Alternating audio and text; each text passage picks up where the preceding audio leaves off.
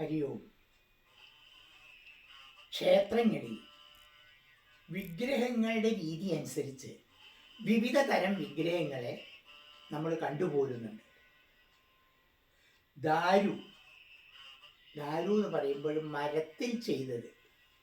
ഇപ്പോൾ കൊടുങ്ങല്ലൂരൊക്കെ ദാരു ശില്പമാണ്, മരത്തിൽ ചെയ്തതാണ്. അത് കഴിഞ്ഞാൽ പിന്നെ നമ്മൾ സാധാരണ പറയപ്പെടുന്ന പാതാളാഞ്ജനശില എന്നത് ഗുരുവായൂര് ഉള്ള പ്രതിഷ്ഠ പാതാളാഞ്ജനശിലയാണ്. അത് കഴിഞ്ഞാൽ പിന്നെ സാധാരണ നമ്മൾ കാണുന്ന കരിങ്കല്ല്. ഇത് കഴിഞ്ഞാൽ പിന്നെ ശ്രീചക്രം പോലത്തെ മേരുഭാവത്തിലും വിഗ്രഹങ്ങളുണ്ട്.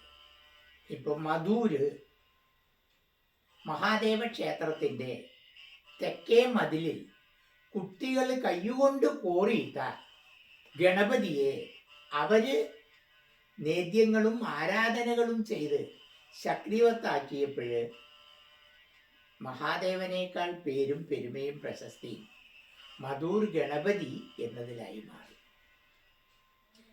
ഇത് കഴിഞ്ഞാൽ പിന്നെ അനന്ത പത്മനാഭസ്വാമി ക്ഷേത്രം. അവിടെ 12,008 സാളഗ്രാമങ്ങളെ കൊണ്ട് ഉണ്ടാക്കിയ ഭാവം. സാളഗ്രാമം എന്ന് പറയുമ്പോൾ ഗണ്ഡകി നദിയിൽ, നേപ്പാളിൽ ഗണ്ഡകി നദിയിൽ മഹാവിഷ്ണുവിൻ്റെ ശരീരം കൃമികീടങ്ങൾ തുളച്ച് ജലത്തിൻ്റെ പ്രവാഹത്തിലൂടെ ഒഴുകി വന്ന് ആയിത്തീരുന്നതാണ് സാളഗ്രാമങ്ങൾ. അത് കഴിഞ്ഞാൽ പിന്നുള്ളത് കടുശർക്കര യുഗം. ഇപ്പോൾ കൊണ്ടാവൂര് അനന്തപുരം ക്ഷേത്രത്തിൽ കടുശർക്കര യോഗത്തിലാണ് അത്തരം വിഗ്രഹങ്ങളിൽ നേരിട്ട് പൂജിക്കാറോ അഭിഷേകാദി കാര്യങ്ങൾ ചെയ്യാറോ ഇല്ല. പഴനിയിൽ നവപാഷാണങ്ങളെ കൊണ്ടാണ് വിഗ്രഹം ഉണ്ടാക്കിയിരിക്കുന്നത്. അതിനകത്ത് ചന്ദനം ചാർത്തി ആ ചന്ദനം കഴിച്ചാൽ തന്നെ വ്യക്തികൾക്ക് സർവ്വവിധ രോഗങ്ങളും മാറ്റിയെടുക്കാൻ കഴിയും എന്നാണ് വിശ്വാസം. പക്ഷേ ഇന്ന് അതൊക്കെ കച്ചവടത്തിൻ്റെ സമ്പ്രദായത്തിലും സംസ്കാരത്തിലും മാറിപ്പോയതുകൊണ്ട് ശരിയായ ഭക്തന്മാർക്കും വിശ്വാസികൾക്കും ക്ഷേത്രാരാധനയായിട്ട് ബന്ധപ്പെട്ട് ചെല്ലുന്നവർക്കും കിട്ടാതെയായി. അത് കാലത്തിൻ്റെ ഒരു അപജയം എന്നേ അതിനകത്ത് പറയാനുള്ളൂ. ഇത് കഴിഞ്ഞാൽ പിന്നെ സംഭവിക്കുന്നത്, ഈ ക്ഷേത്രങ്ങളിൽ സാധാരണ ചൈതന്യങ്ങൾക്ക് രൂപം വരാറുണ്ട്. ക്ഷേത്ര പൂജാരിമാരും ക്ഷേത്രവുമായിട്ട് ബന്ധപ്പെട്ട പ്രവർത്തിക്കാരും ലോപം വരുന്ന പ്രവൃത്തി ക്ഷേത്രത്തിൽ വെച്ച് ചെയ്യുമ്പോൾ ക്ഷേത്ര ചൈതന്യത്തിന് ലോപം വരും. അങ്ങനെയാണ് ക്ഷേത്രങ്ങൾ പലതും അഗ്നിക്കിരയാവുന്നത്. ഇതുകൂടാതെ നേരിട്ട് ചിലര് ദുഷ്ടലാക്കോടുകൂടി ചില വസ്തുവകകൾ കൊള്ളയടിക്കാനും കൊള്ളയടിച്ചത് പുറത്തറിയാതിരിക്കാനും വേണ്ടിയും ക്ഷേത്രത്തെ അഗ്നിക്കിരയാക്കുന്നുണ്ട്. ഇപ്പൊ ഗുരുവായൂര് ശ്രീകൃഷ്ണ വിഗ്രഹമല്ല. ഗുരുവായൂരുള്ള വിഗ്രഹം ഭഗവാൻ കൃഷ്ണൻ ദ്വാപര യുഗത്തില് ഭഗവാൻ കൃഷ്ണന്റെ ശരീരം ദഹിപ്പിച്ച ശേഷം അർജുനൻ ഗോപസ്ത്രീകളെയും മറ്റുള്ളവരെയും കൂട്ടി നേരെ തിരിച്ചുപോയി. വഴിയിൽ വെച്ച് കാട്ടാളന്മാരെ ആക്രമിച്ചു. ആക്രമിച്ചപ്പോൾ കാട്ടാളന്മാരുടെ കൂടെ അർജുനന്റെ ഗാന്ധീവം കുലയ്ക്കാൻ ഉള്ള ശക്തി അർജുനനിൽ കൃഷ്ണന്റെ മറയലിന് ശേഷം ഇല്ലാതെയായി. നരനാരായണ ഭാഗത്തിലിരിക്കുന്ന അവസ്ഥയിൽ നാരായണൻ പോവുകയും നരൻ ശേഷിക്കുകയും ചെയ്തപ്പോൾ ഭാരത മഹായുദ്ധം കൃഷ്ണന്റെ സഹായത്തോട് ഗാന്ധീവത്തോടുകൂടി ഒറ്റയ്ക്ക് ജയിച്ച അർജുനന് ഗാന്ധീവം എടുത്തു പോക്കാൻ വയ്യാത്ത രീതിയിൽ ശക്തിക്ഷയം സംഭവിച്ചു. അർജുനൻ കുറേ കാട്ടാളന്മാരെ വില്ലുകൊണ്ട് അടിച്ചോടിച്ചു എന്നാണ്.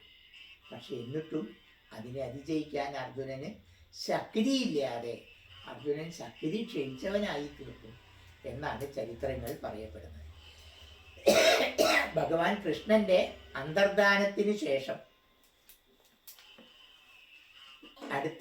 അടുത്തത് കലിയുഗമാണ്. നാം ഇന്ന് ജീവിക്കുന്നത് കലിയുഗത്തിലാണ്. കലിയുഗത്തിൽ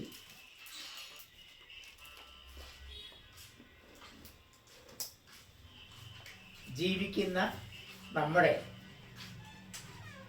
സമ്പ്രദായവും ആചാരങ്ങളും അനുഷ്ഠാനങ്ങളും ജപവും രീതിയും അനുസരിച്ച് നമുക്ക് വിഗ്രഹ ആരാധന വളരെ അത്യന്താപേക്ഷിതമായി മാറിയിരിക്കുകയാണ്. കാരണം യജ്ഞഹോമാദികൾക്ക് ലോപം വരികയും ഋഷിവാടങ്ങളിലും സന്യാസാശ്രമങ്ങളിൽ പോലും അഗ്നിഹോത്രാദി കാര്യങ്ങൾ ഇല്ലാതെയാവുകയും ചെയ്ത ഈ സമ്പ്രദായത്തിൽ ഈ കാലത്ത് ഭൂതാലയങ്ങളും ദേവാലയങ്ങളും ബ്രഹ്മാലയങ്ങളും നിലനിൽക്കേണ്ട ഇന്ന് ഭൂതാലയങ്ങൾ ഒരുപാടായി. ദേവാലയങ്ങൾക്ക് ലോപം സംഭവിച്ചു. പലതരത്തിലും ക്ഷേത്രത്തിൽ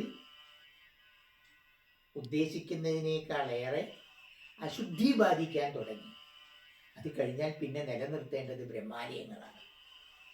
ഞങ്ങളെപ്പോലത്തെ ആളുകൾ അഗ്നിഹോത്രാദി കാര്യങ്ങളും അനുഷ്ഠാനാചാര ജപതപാദികളും യജ്ഞഹോമാദികളും കൊണ്ട് ലോകത്തെ ഉദ്ധരിക്കുക എന്ന കർമ്മങ്ങൾ ചെയ്യേണ്ടവരാണ്.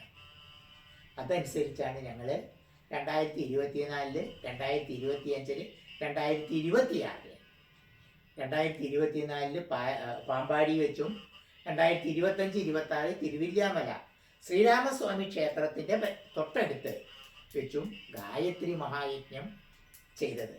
അതിൻ്റെ ഫലം ഇന്ന് പ്രത്യക്ഷമാണ്. ഇവിടെ കഴിഞ്ഞ ദിവസം വന്നവർ പറഞ്ഞത് മാങ്ങയ്ക്ക് വിലയില്ലാതെയായി സ്വാമിജീന. അപ്പോൾ അവരോട് ചോദിച്ചു, എന്ത് പറ്റി മാങ്ങയ്ക്ക് വിലയില്ലാതെയാവാൻ? എല്ലാ സ്ഥലങ്ങളിലും കണ്ടമാനം എല്ലാ മാവുകളും കായ്ച്ചു, പൂക്കുകയും കായ്ക്കുകയും ചെയ്തു. അപ്പോൾ വാങ്ങാൻ ആളില്ലാതെയായി. അത് ഇതേപോലെ യജ്ഞങ്ങളെല്ലാം ചെയ്തതിൻ്റെ പരിണാമമാണ്. ഇപ്പം കഴിഞ്ഞ ദിവസം പറഞ്ഞു 1-2 ക്ഷേത്രക്കുളങ്ങളിൽ വെള്ളമില്ലാതെയായി എന്ന് അവരിവിടെ വന്ന് പറഞ്ഞിരുന്നു. അപ്പോഴിപ്പോൾ കഴിഞ്ഞ ദിവസം അവർ പറഞ്ഞു, സ്വാമിജി ക്ഷേത്രക്കുളങ്ങളിലും ജലമായി. അത് നേരത്തെ ഞങ്ങൾ വാരുണം ജപിക്കുകയും ഹവിസ് ഹോമിക്കുകയും ചെയ്ത് ജലത്തെ വർഷിപ്പിക്കാറുണ്ടായിരുന്നു. ഈ പ്രാവശ്യം നമുക്ക് ഹവിസ് ഹോമിക്കാൻ കഴിഞ്ഞില്ല, പക്ഷേ മന്ത്രജപം ഞങ്ങൾ ചെയ്യാറുണ്ട്. അങ്ങനെ ജലവർഷം കിട്ടിക്കൊണ്ടിരിക്കുന്നുണ്ട്. ഇത് പ്രകൃതിയുടെ ഒരു പരിണാമമാണ്, ഒരു പ്രതിഭാസമാണ്. അത് കഴിഞ്ഞ് പിന്നെ ചക്ക ഈ പ്രാവശ്യം വളരെ കൂടുതലായി എന്നാണ് പറഞ്ഞത്. കഴിഞ്ഞ വർഷം പലരും വന്ന് പരാതി പറഞ്ഞു, സ്വാമിജി തെങ്ങിൽ നാളികേരം ഇല്ലാതെ ആയതുകൊണ്ട് ഗണപതി ഹോമം ചെയ്യാൻ പോലും ഒരു നാളികേരം ഇല്ലാതെയായി തീരുകയാണ്, അപ്പോൾ ഒരു ശ്രദ്ധ വേണം എന്ന് പറഞ്ഞിരുന്നു. അപ്പം ഞാൻ പറഞ്ഞു, സാരമില്ല, അത് വന്നോളൂ. ഈ പ്രാവശ്യം നാളികേരത്തിന് വില കുറഞ്ഞു, വെളിച്ചെണ്ണയ്ക്ക് വില കുറഞ്ഞു, നാളികേരം ആവശ്യത്തിലേറെ വരാൻ തുടങ്ങി എന്നാണ് അവർ നമ്മോട് പറഞ്ഞത്. അങ്ങനെ ഈ യജ്ഞഹോമാദി കർമ്മങ്ങൾ നിലനിൽക്കുകയും മാനവർ ഭക്തിവിശ്വാസ ആചാരാനുഷ്ഠാനങ്ങളിലൂടെ മുന്നോട്ട് പോവുകയും ചെയ്യുമ്പോൾ പ്രകൃതി കനിഞ്ഞനുഗ്രഹിക്കും. അന്നാദ് ഭവന്തി ഭൂതാനി പർജന്യാദ് അന്നസംഭവ യജ്ഞാത് ഭവതി പർജന്യോ യജ്ഞകർമ്മ സമുദ്ഭവ എന്നാണ്. അന്നാദ് ഭവന്തി ഭൂതാനി, പഞ്ചഭൂതങ്ങളിൽ നിന്ന് കിട്ടുന്ന അന്നമാണ് നമ്മൾ ഉപയോഗിക്കുന്നത്. ഭൂമി, ജലം, അഗ്നി, വായു, ആകാശം, ഇതാണ് നാം പറയപ്പെടുന്ന പഞ്ചഭൂതങ്ങൾ. ഒരു നെല്ലിൻ്റെ മണിയാണെങ്കിൽ പോലും ഭൂമിയിലാണ് അത് വീഴുന്നത്.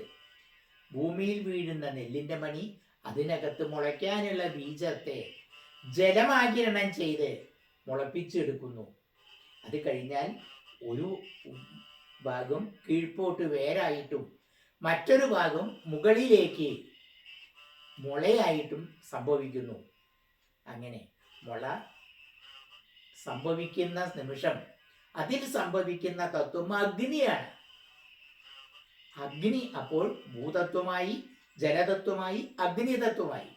അത് പച്ച സൂര്യപ്രകാശത്തോടു കൂടി ക്ലോറോഫിൽ എന്ന സമ്പ്രദായത്തിൽ വൃക്ഷങ്ങളിലുള്ള ക്ലോറോഫിൽ ഉപയോഗിച്ച് അന്നം ഉണ്ടാക്കി ഓക്സിജനെ പുറത്തു വിടുകയും കാർബൺ ഡയോക്സൈഡ് സ്വീകരിക്കുകയും ചെയ്യുന്നു. അതുകൊണ്ടാണ് വൃക്ഷലതാദികൾ മുറിച്ചു മാറ്റരുത് എന്ന് നമ്മൾ പറയുന്നത്. അങ്ങനെ മൂന്നാമത്തെ തത്വം കഴിഞ്ഞ് നാലാമത്തെ തത്വം എന്ന അഗ്നി, ഭൂമിയായി, ജലമായി, വായുവായി, അഗ്നിയായി അത് നിലനിൽക്കുന്ന ആകാശ രഹസ്യത്തിലാണ്. ഇങ്ങനെ വരുമ്പോൾ ഭൂമിയിൽ ജീവിക്കുന്നവർക്ക് ദേവഗണങ്ങളുടെ അനുഗ്രഹത്താലും പിതൃക്കളുടെ കൃത്യമായി പിതൃതർപ്പണാദി കാര്യങ്ങൾ ചെയ്യുമ്പോൾ പിതൃക്കളുടെ അനുഗ്രഹത്താലും അത് കഴിഞ്ഞാൽ പ്രകൃതിയുടെ ജലവർഷത്താലും അന്നം സാധ്യമാണ്. അതാണ് അന്നാദ്ഭവന്തി ഭൂതാനി പർജന്യാത് അന്നസംഭവ യജ്ഞാത് ഭവതി പർജന്യോ യജ്ഞകർമ്മ സമുദ്ഭവ. ഏറ്റവും ശ്രേഷ്ഠമായ കർമ്മം ഭൂമിയിൽ ശരീരമെടുത്ത് വന്ന് ഒരു വ്യക്തിക്ക് ചെയ്യാൻ കഴിയുന്നത് യജ്ഞമാണ് എന്ന് പ്രസ്താവിച്ചത്. ഹരി ഓം.